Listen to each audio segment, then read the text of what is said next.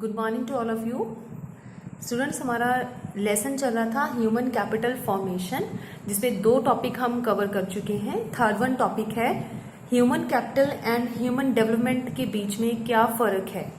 ये दोनों concept similar है या डिफरेंट है, इसको आज हम समझेंगे। क्या होता है human capital and human development. ये देखने में दोनों कंसेप्ट हमें सिमिलर लगते हैं, but there is a clear distinction between them. ठीक है, बुक के ऊपर हम इस टॉपिक को थोड़ा सा देख रहे हैं कि दोनों में क्या फर्क है। ह्यूमन कैपिटल क्या होता है? It consider education and health as a means to increase labour productivity. तो ह्यूमन कैपिटल का मतलब होता है कि जब हम रिसोर्स के तौर पे यूज करते हैं एजुकेशन एंड हेल्थ को, कैसे यूज करते हैं? एज ए मीन्स, यानी कि कुछ वे, हम कहते हैं ना, मीन्स का मतलब होता है रिसोर्स या वे, किस तरह से। ठीक है, तो हम दो तरीके से एजुकेशन और हेल्थ दोनों ही वे से क्या करते हैं, जब प्रोडक्टिविटी बढ़ाते हैं, लेबर प्रोडक्टिविटी को इंक्रीज करते हैं, तो वो क्या होता है? ह्यूमन कैपिटल कहलाता है। फिर ह्यूमन डेवलपमेंट का क्या फर्क है इसके साथ, वो कैसे डिफर है? ह्यूमन कैपिटल का मतलब होता है is based on the idea that education and health are integral to human wellbeing. यानी कि ये जो हमारी एजुकेशन और हेल्थ है, यहाँ पे हम जो है ह्यूमन डेवलपमेंट के लिए हम इसको यूज कर रहे हैं। किसके लिए? ह्यूमन वेलबींग के लिए, ह्यूमन वेलफेयर के लिए। यानी कि ये एक ह्यूमन का इंटेग्रल पार्ट है, यानी कि उसका एक हिस्सा है। एजुकेशन भी और हेल्थ भी किसका हिस्सा है? ह्यूमन का। ठीक है, टू द ह्यूमन वेलबींग, यानी कि ह्यूमन का एक इंटेग्रल पार्ट है, यानी कि हिस्सा है उसका। तो because only when people have the ability to read and write and the ability to lead a long and healthy life, ताकि जो एक पर्सन है वो सही तरह से पढ़ लिख सके और वो एक लंबी लाइफ जो है वो जी सके। ठीक है, तो हम यहाँ पे दोनों में फर्क देख पा रहे हैं कि ह्यूमन कैपिटल क्या होता है। जब हम कुछ न कुछ अपनी प्रोडक्टिविटी के अंदर इंक्रीजमेंट देखते हैं एजुकेशन लेके या हेल्थ अच्छी करके, तो वो कहलाता है ह्यूमन कैपिटल। लेकिन ह्यूमन डेवलपमेंट क्या होता है? डेवलप होना, यानी कि अपने आप में ह्यूमन एक अच्छा वेलफेयर, खुद का अगर वो भला कर रहा है, साथ में सोसाइटी का भला हो ही जाएगा। यानी कि ह्यूमन डेवलप करता है, अपने आप को अच्छा करता है एजुकेशन लेके या फिर गुड हेल्थ लेके। राइट, इसको थोड़ा और आगे देखते हैं ताकि हमें अच्छे से क्लियर हो जाए। Human capital treat human beings as a means to an end. Human capital जो होता है वो इस तरह से ट्रीट किया जाता है, ह्यूमन बींग्स को इस तरह से ट्रीट करता है ताकि वो अपने लास्ट रिजल्ट तक, एंड रिजल्ट तक पहुंच सके। राइट, और इसके अलावा एंड रिजल्ट क्या है ह्यूमन कैपिटल के लिए? ह्यूमन कैपिटल से प्रोडक्टिविटी चाहता है, इंक्रीज इन प्रोडक्टिविटी। यानी कि अगर इंक्रीजमेंट हो रहा है प्रोडक्टिविटी के अंदर, तो हम कहेंगे इकोनॉमी के अंदर ह्यूमन कैपिटल क्रिएट हो रहा है। अगर प्रोडक्टिविटी नहीं बढ़ रही है तो हम समझ जाएंगे कि ह्यूमन कैपिटल का कोई फायदा ही नहीं है फिर। यानी कि सीधा सीधा कनेक्शन है ह्यूमन कैपिटल का किसके साथ? इंक्रीज इन प्रोडक्टिविटी के साथ। ठीक है, तो इसके साथ ही नेक्स्ट देख रहे हैं पेज पे। ह्यूमन कैपिटल क्या है? ह्यूमन डेवलपमेंट क्या है? Human development perspective, human beings are end to themselves. तो ह्यूमन डेवलपमेंट क्या है बेसिकली? ह्यूमन डेवलपमेंट क्या है बेसिकली? ह्यूमन बीइंग्स का मेन एंड क्या है? उनका खुद तक जाना, यानी कि देमसेल्फ। ठीक है, आर एंड इन देमसेल्फ, खुद तक पहुंचना उसका एंड है। चाहे वो एजुकेशन से खुद को अच्छा बना लेते हैं या हेल्थ वाइज खुद को अच्छा कर लेते हैं। तो इससे हमने ये नहीं देखना कि इंक्रीजमेंट हो रही है प्रोडक्टिविटी के अंदर या नहीं हो रही है। प्रोडक्टिविटी जो है बढ़ती है, उसको चेकआउट करने के लिए ह्यूमन कैपिटल चेकआउट किया जाता है कि इकोनॉमी के अंदर ह्यूमन कैपिटल कितना क्रिएट हुआ है। लेकिन यहाँ पे प्रोडक्टिविटी बढ़ने या ना बढ़ने का कोई लिंक नहीं है ह्यूमन डेवलपमेंट के साथ। ठीक है बेटे, तो इसी को हम और टॉपिक को यहाँ पे मीनिंग्स हमने एक्सप्लेन कर लिया। ह्यूमन कैपिटल और ह्यूमन डेवलपमेंट क्या होता है, इसको हम थोड़ा सा डिफरेंस के अंदर भी चेकआउट करते हैं, दोनों में क्या फर्क है, ताकि हमें टॉपिक और क्लियर हो जाए। अभी हमने क्या देखा? ह्यूमन कैपिटल का डायरेक्ट रिलेशन किसके साथ है? कि प्रोडक्टिविटी के साथ। इंक्रीजमेंट इन प्रोडक्टिविटी हो तो हम कहते हैं ह्यूमन कैपिटल का पॉइंट है। अगर ह्यूमन वेलफेयर हो रहा है, एजुकेशन अच्छी जा रही है उसके पास और लिटरेट पर्सन बन गया है, वो हेल्दी लाइफ जी सकता है, तो इट मीन्स क्या है? खुद का वेलफेयर हो रहा है ना, ह्यूमन वेलफेयर। खुद का वेलफेयर होगा तो साथ में सोसाइटी का भी वेलफेयर होगा। तो यानी कि ह्यूमन वेलफेयर क्या है? ह्यूमन डेवलपमेंट है। तो इन दोनों के बीच में हम डिफरेंस देख रहे हैं एक बार फिर से। सो फर्स्ट डिफरेंस है human capital, this notions emphasise on the higher labour productivity. ये किसके ऊपर इसका मेन फोकस रहता है कि लेबर प्रोडक्टिविटी जो है वो बढ़ जाए, ठीक है, हायर लेबर प्रोडक्टिविटी को एम्फेसाइज करता है। ह्यूमन डेवलपमेंट किसको एम्फेसाइज करता है? This notion emphasise on higher level of human wellbeing, यानी कि लोगों का भला हो सके, इस तरीके से higher level of human welfare हो, ह्यूमन वेलबींग हो, तो इसको एम्फेसाइज करता है, राइट। पहला डिफरेंस दोनों के बीच में। सेकेंड पॉइंट है here the investment in basic education and health are considered to be the means for achieving an and.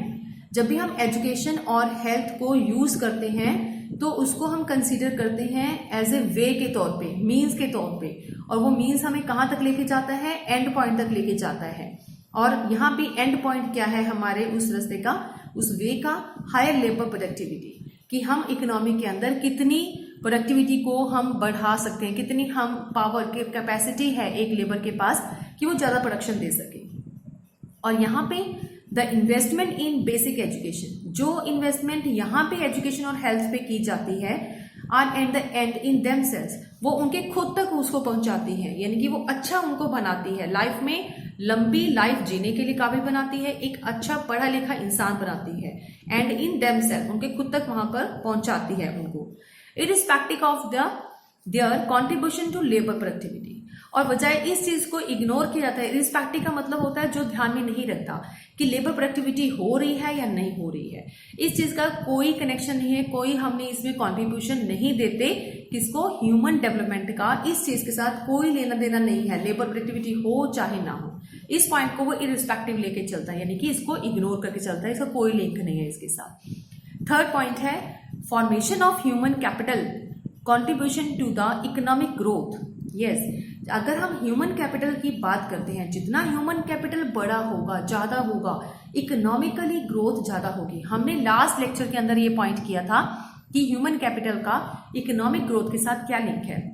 तो हमने यहाँ पे डेवलप्ड कंट्री और डेवलपिंग कंट्री में एक पॉइंट पढ़ा था कि ह्यूमन कैपिटल जितना ज्यादा बढ़ेगा, यानी कि एजुकेशन और हेल्थ जितनी ज्यादा इकोनॉमी के अंदर होगी, फैसिलिटीज हम प्रोवाइड करेंगे ह्यूमंस को, तो उतनी उनकी स्किल्स बढ़ेगी, स्किल्स बढ़ेगी तो इकोनॉमिक ग्रोथ होगी, इकोनॉमिक ग्रोथ हमारी बढ़ती है ह्यूमन कैपिटल से, ठीक है, ऑफ द कंट्री।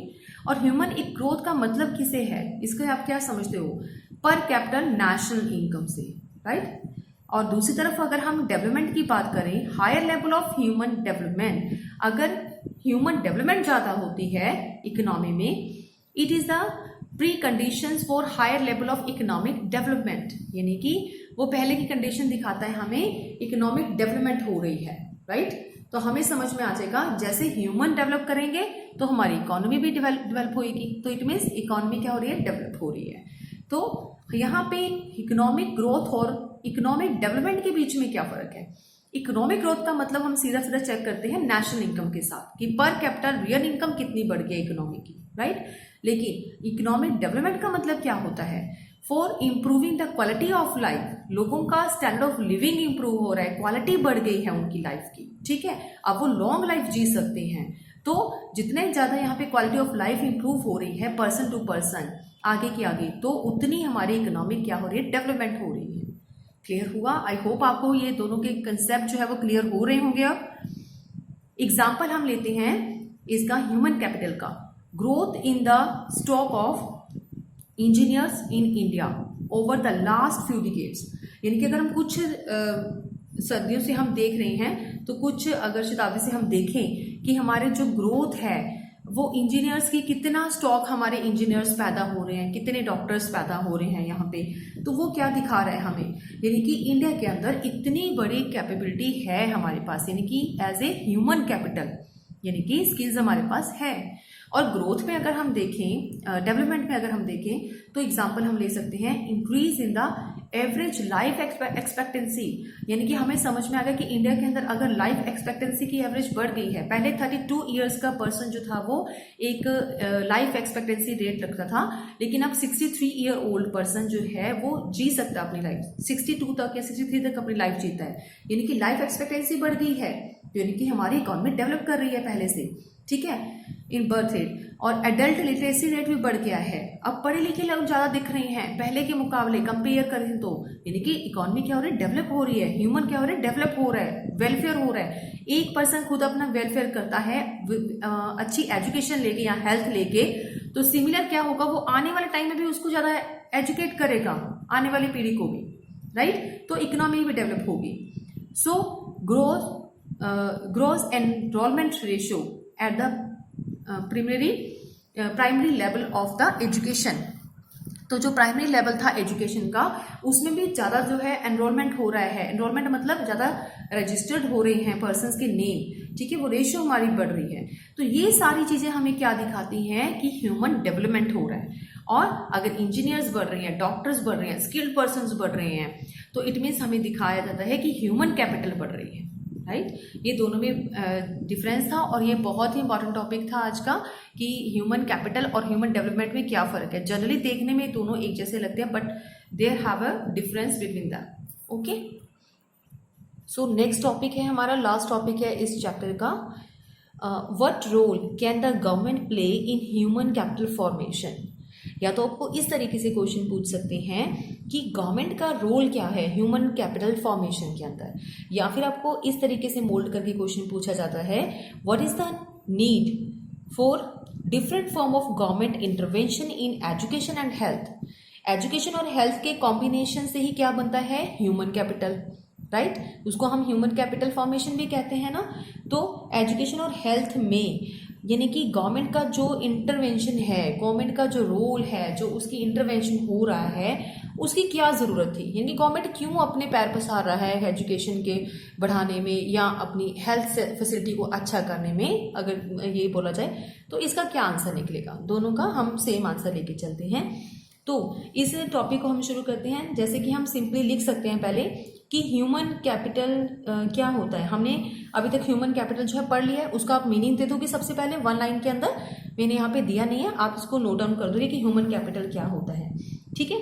तो ह्यूमन कैपिटल हमें मिला कैसे है, डिफरेंट सोर्स से मिलता है। एजुकेशन बढ़ाने से ह्यूमन कैपिटल बढ़ जाता है, हेल्थ फैसिलिटी अच्छी करने से ह्यूमन कैपिटल बढ़ता है, ऑन द जॉब ट्रेनिंग अगर हम देते हैं तो ह्यूमन कैपिटल फॉर्मेशन बढ़ता है, राइट। उसके बाद माइग्रेशन में इन्वेस्टमेंट करने से या फिर इंफॉर्मेशन में एक्सपेंडिचर करने से, ये हमने सोर्सेज पढ़े थे जिससे ह्यूमन कैपिटल फॉर्मेशन होता है। तो यहाँ पे हम पढ़ रहे हैं कि ऑफ दीज, इन सब में जितने भी सोर्सेज हम बोल रहे हैं, out of these education and health are very important source of human capital formation. तो एक एजुकेशन एक ऐसा पॉइंट है जो बहुत ही इंपॉर्टेंट है, और एक हेल्थ। तो अभी जो हमारे टॉपिक्स हैं वो एजुकेशन और हेल्थ के ऊपर हैं, ठीक है। तो अभी हम हेल्थ वाला टॉपिक जो है वो नेक्स्ट जो आपके चैप्टर्स आएंगे इंफ्रास्ट्रक्चर के अंदर हम इसको रीड करेंगे।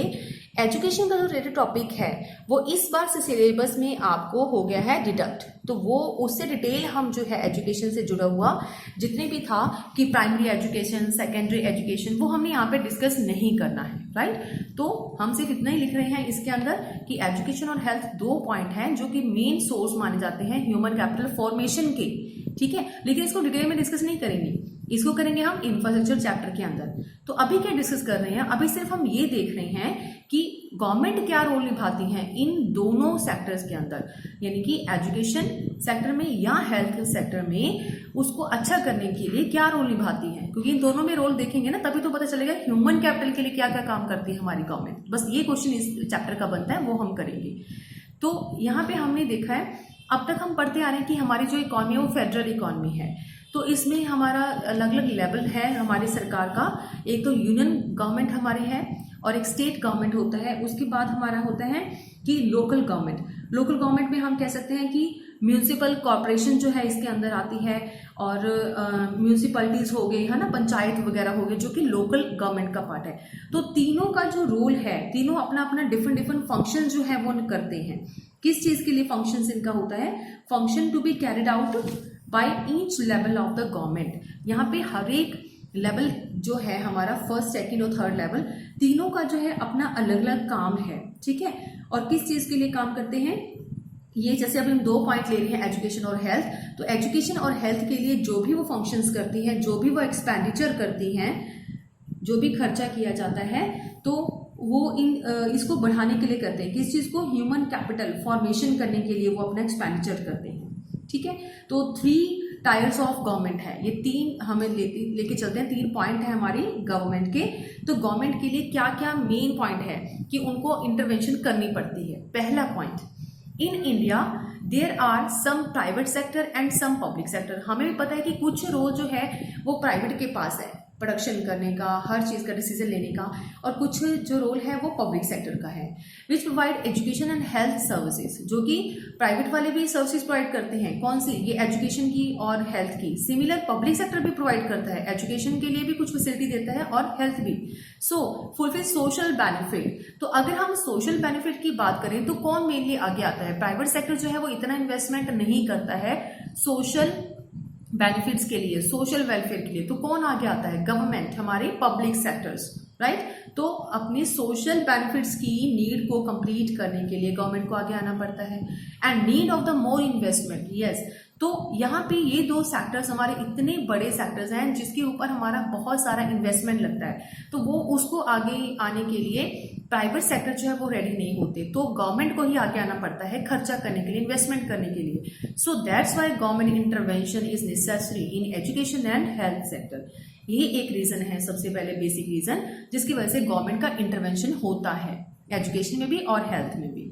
सेकेंड पॉइंट है, expenditure on education and health make substantial long term impact and they can't be easily reversed.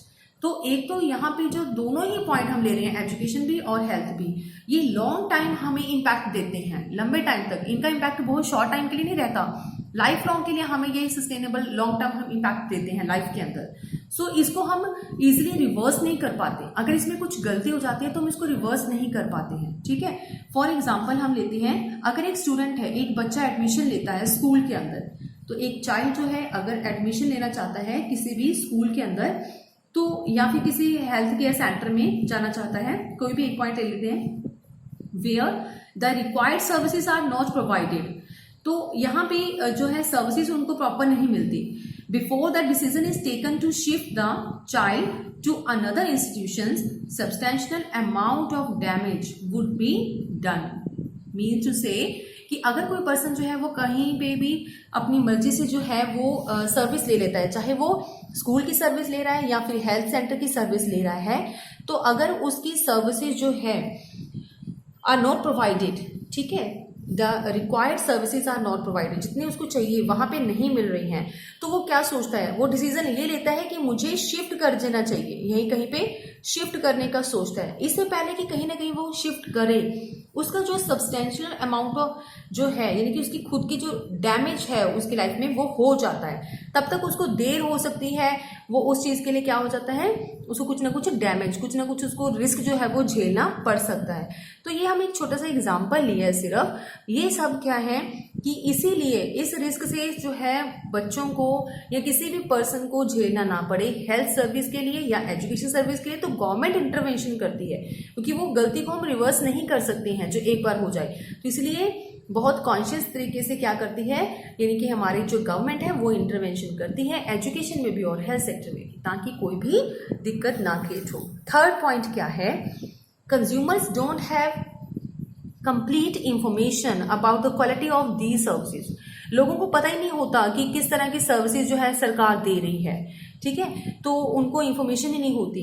And there cost, और कितनी कीमतें हैं, कितनी लागत लगती है, कितनी कॉस्ट जो है वो वहां से सर्विस की पे करनी पड़ेगी, इसके बारे में उनको इंफॉर्मेशन नहीं होती। तो providers of education and health services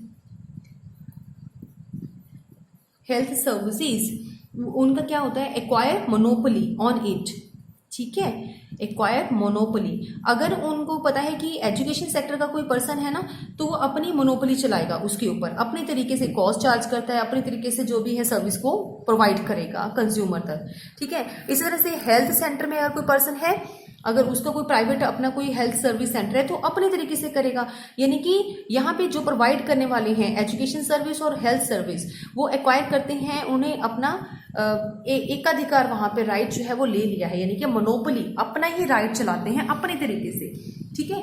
तो इसीलिए गवर्नमेंट को आगे आना पड़ता है ताकि लोगों का एक्सप्लॉइट ना हो, लोगों से ज्यादा जो है वो कीमत चार्ज ना की जा सके, लोगों का जो है गलत तरीके से उनको सर्विसेज प्रोवाइड ना की जाए, राइट। तो गवर्नमेंट को इंटरफेरेंस अपनी करनी पड़ती है या दिखानी पड़ती है। फोर्थ पॉइंट क्या है, लार्ज सेक्शन जो है हमारी सोसाइटी का, पॉपुलेशन का, living below the poverty line, बहुत ही ज्यादा गरीब है, पुअर है, बिलो पॉवर्टी लाइन है, so they can't afford high prices, तो वो एजुकेशन का खर्चा नहीं उठा पाते या फिर हेल्थ सेंटर का खर्चा नहीं उठा पाते for education and health facilities. तो उसके लिए भी क्या करना पड़ता है, गवर्नमेंट को अपने थोड़ा सा उनको सिंपैथी दिखानी पड़ती है और उनके साथ जो है वो इस तरह की सर्विसेज प्रोवाइड करनी पड़ती है या फ्री चार्जेस उनको देना पड़ता है, या तो फ्री ऑफ कॉस्ट जो है उनको प्रोवाइड करना पड़ता है या फिर बिल्कुल correct prices. Correct prices means कि बहुत जेन्युइन प्राइसेस जितना वो इजिली पे कर सके, उस पे के ऊपर जो है उनको इस तरह की सर्विसेज जो है वो प्रोवाइड करनी पड़ती है। तो ये बेसिक 4 पॉइंट थे जिसकी वजह से जो है गवर्नमेंट को अपनी इंटरफेरेंस दिखानी पड़ती है। ठीक है बेटे, तो इतना ही पॉइंट है हमारा इस टॉपिक से जुड़ा हुआ। तो आज का टॉपिक हमारा बस यहीं पे खत्म होता है। इस टॉपिक के अंदर एजुकेशन का कंसेप्ट है तो वो हमें नहीं करना क्योंकि इस बार जो है वो डिडक्ट हो गया है, राइट। और जो हेल्थ फैसिलिटी है वो हमें नेक्स्ट चैप्टर में करना है क्योंकि वहां पे हमें डिटेल में दिया गया है, बजाय कि इस चैप्टर के इसमें वो चीज नहीं दी गई है। ठीक है बेटे, तो नेक्स्ट वाला हम चैप्टर करेंगे, उसका नेम है रूरल डेवलपमेंट। ओके बेटे।